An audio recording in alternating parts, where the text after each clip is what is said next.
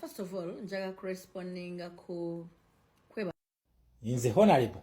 Sibalinaako buzibu. Naye nga ffe bannansi tugamba. Ffe eddoboozi ly'abantu abangi abali ebweru. Abatatula mwaka akayumba akatono akakalimu abaka ebitaano. 29 tugamba nti boycott parliament. We tugamba era messages nawe ugambye zibadde nnyingi. Ffe tugamba boycott parliament.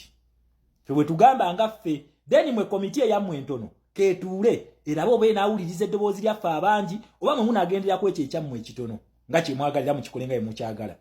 Okitegeera ekintu ekyo nze we ngamba twabadde ku live emu noono ono bamuyita Honorable Katabaazi omulaba wa Kalungu East naye ndowooza ye naye yeemu yennyini yenkana yeemu efaanagana ya Honorable Aisha Kabanda all eyes on Honorable Joel Ssenyonyi tugatadde gwe tulagalaba.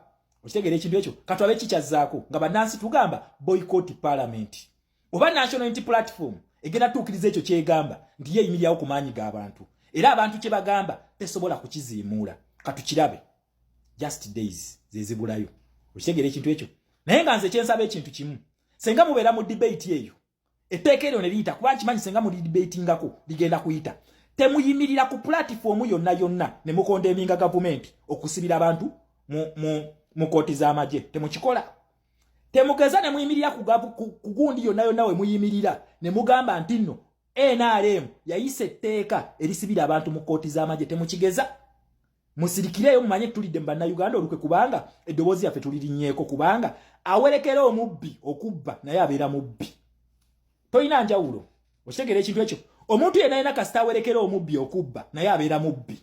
NUP senga eyambako mu debate eyo NRM gyegenda okutuulamu ng'eyise ekiteeka ekyo NUP naye beera yegasse ku NRM ne bayise ekiteeka ekyo. Akugambye tibo tebaswala ne bafuluma bali basobola okukikola kye bakola kigenda kutuyambako kumanya babbye milioni 10. Ekigenda kutuyamba eyo solution yetu gimaze ndoze kye tugenda kukirwako. Honorable Ssenyonyi wanaagamba muno tufulume abanaamujeemera bonna be babalidde 10 fe tumanye ekyo bakolera. Tuli mu revolution kasengejja twagala kusengejja enkenku tufune pure. Okitegeera ekintu. Then number 2 Honorable akugambye nti nno bafulumye emirundi mingi era naakunokolayo nti nno gikwateko togikwatako yakola louder noise ne tufuna muki soko tubulye era tugambye twafunamu 75% out of 100.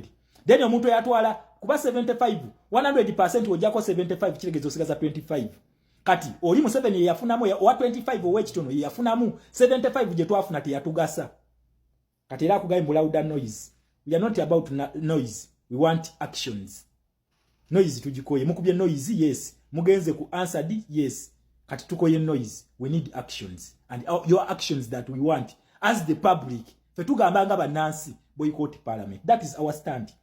Teri kyache mugenda kutunnyonnyola muna Uganda bakubisa teke bweti akugambye baafuluma kuche mwanyi baafuluma kiche bakuzanya ekintu ekigatta Uganda ku European Union, ekintu ekigatta Uganda ku America, ekintu ekigatta Uganda ku Bungereza.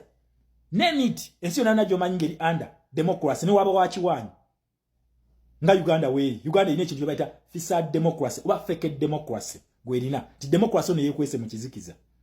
Democracy ono avayo mu right Museveni wanaamwagala okumukozesa. For example kooti ya majeyo abatenga yekweka mu bantu waliwo civilian court naye in actual sense abamuvuganya abateeka mu kooti ya maje.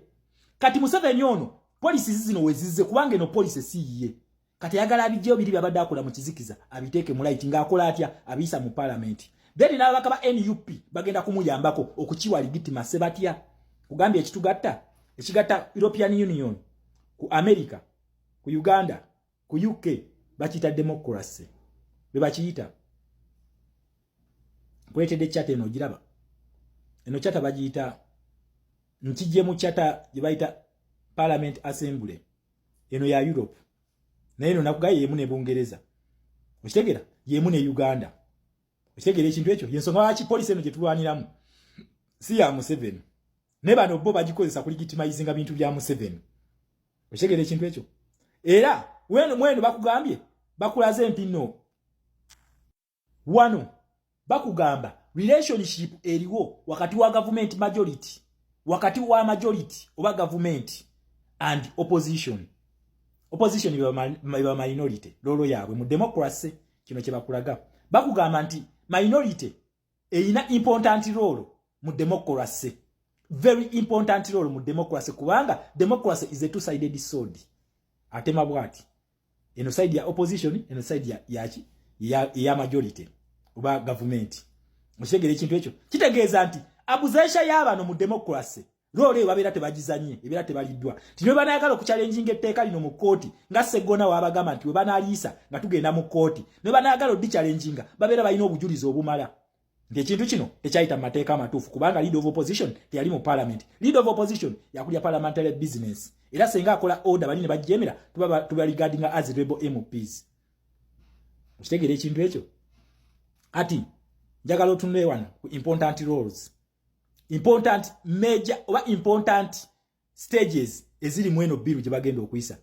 Major stages eziri major ziri 3 out of the 8. Ziri 3. Esooka liri mu committee eyo tebaginaako gundi. Tetumanyi bani abatulako obukiiko bwa defense bani tetubamanyi. Njagala otunulye namba 2 wakati awo.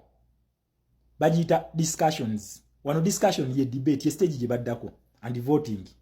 Ushegere ekintu ekyo. Badda ku stage jibaita discussion and voting. Ebagita debating. Kati bo bano teke yawe gye bakola. Bayisa mu zino stages zonna nga ntuufu. Zonna ne bazikola ne zigwayo. Important stage ey'okubiri eyo debating senge teka lino terikubwako birowoozo nga opposition teri mu parliament. Enolo babeera bagibuuse no stage babeera bagibuuse. Kati bo bamaliriza okukola debate zaabwe bulungi nnyo. We bamala okuzikola debate Olatuuka mu voting, kuba mu voting bakimanyi nti NRM ebasinga numbers, bakimanyi ebasinga numbers. Kati bateekawo chaos, mutulekaana, tetukkiriza katumakinge out. Naye nga debating ewedde, okitegera ekintu ekyo, era NRM eteekawo ne kamera ne bakapucalinga nga bakubaganya ebirowoozo. Ne babiraba.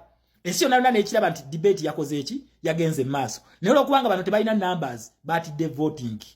Make sure those Baganda don't get numbers. Na debating yekoze eki ewedde. Era njagala nkujjukizeeyo nti ono lwakugambye nti bafuluma ku lw'abasibe batulyamu era olukwe. Ono kye yeekwasa era batulyamu olukwe lwaki mpuuga abafulumya parliament obunkenke bwaliwo.